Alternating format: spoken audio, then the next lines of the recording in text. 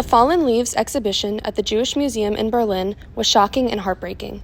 The thousands of metal faces scattering the length of the floor displayed faces of horror and fear etched into them.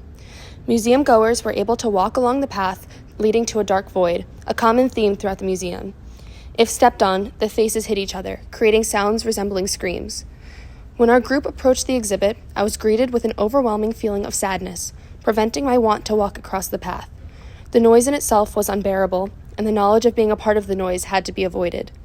The way the Nazis destroyed the millions of Jews during the Holocaust was as simple and thoughtless for them as civilians walking along a path of metal faces.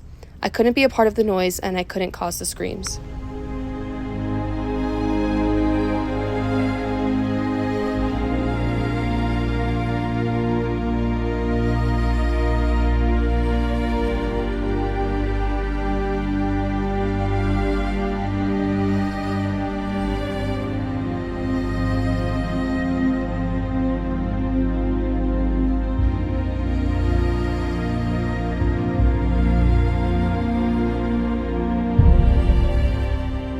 The entire journey provided a profound perspective on the Holocaust, but one moment stood out: Track 17 at Grunwald Station in Berlin.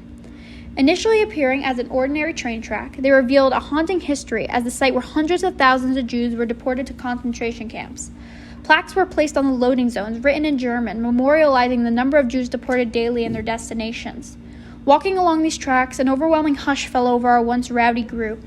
The weight of the history pressed on me, evoking deep guilt and sorrow.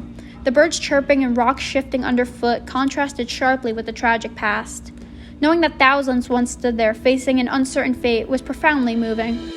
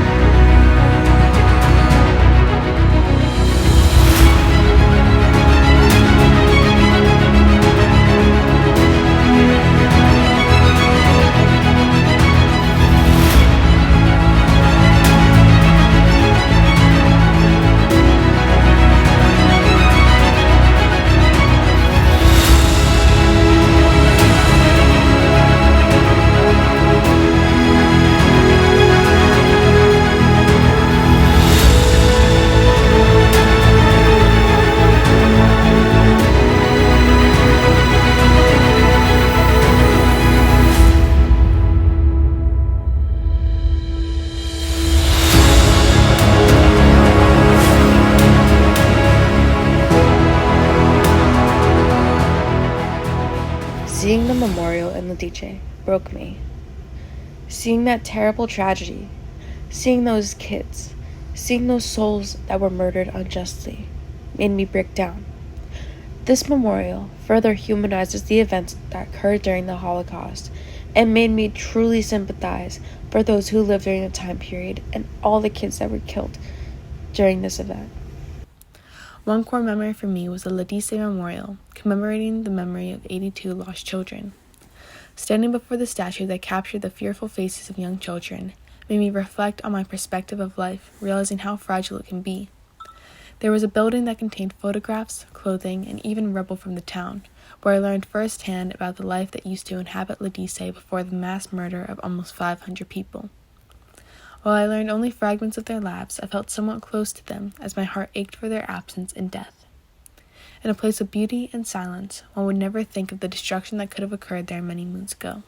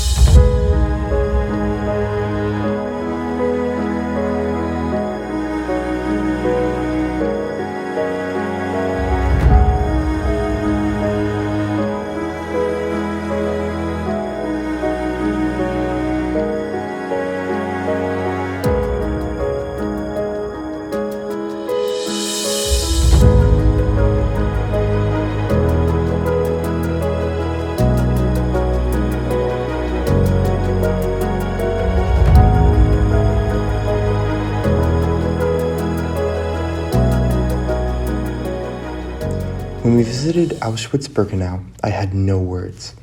Every time I even thought of the Holocaust, Auschwitz came to mind.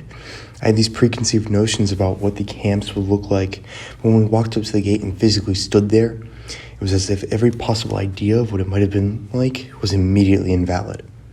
What honestly scared me the most was how normal it looked. What I mean by that is it didn't look sinister on the outside. My mental image of the camp prior to entering its perimeter was that it would have a gothic horror feel to it, that I would be suffocated in its evil and vile atmosphere. I had prepared myself for that. Yet, when I arrived and didn't experience that feeling, I felt even more disgusted than if it had been overtly evil and heinous. The reason that I am so hung up on this feeling is that it confirms my worst fears, that the camp was created by human beings. It was created by people with their own dreams, desires, and morals, just like you and me, though theirs were vastly different. It scares me that humans have the capabilities to build a place like this. No amount of research or discussion could have prepared me for walking through the tunnel into Auschwitz that morning. Emerging from the darkness, all I could hear were birds chirping, and all I could see were trees, their leaves blowing with the wind. When we finally stepped at the gate that read albeit smock-free, the reality of where we were set in.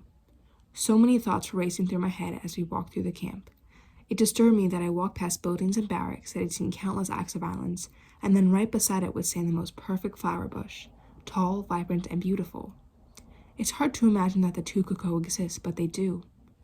That day was difficult because the darkness accompanied the beauty in such an unsettling way, as if it tried to distract from the truth.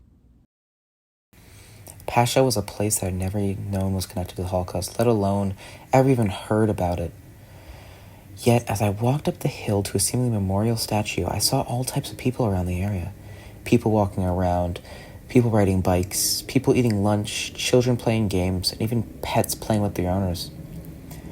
This place seemed just like a normal park to me, yet I could not shrug off the feeling that something was off.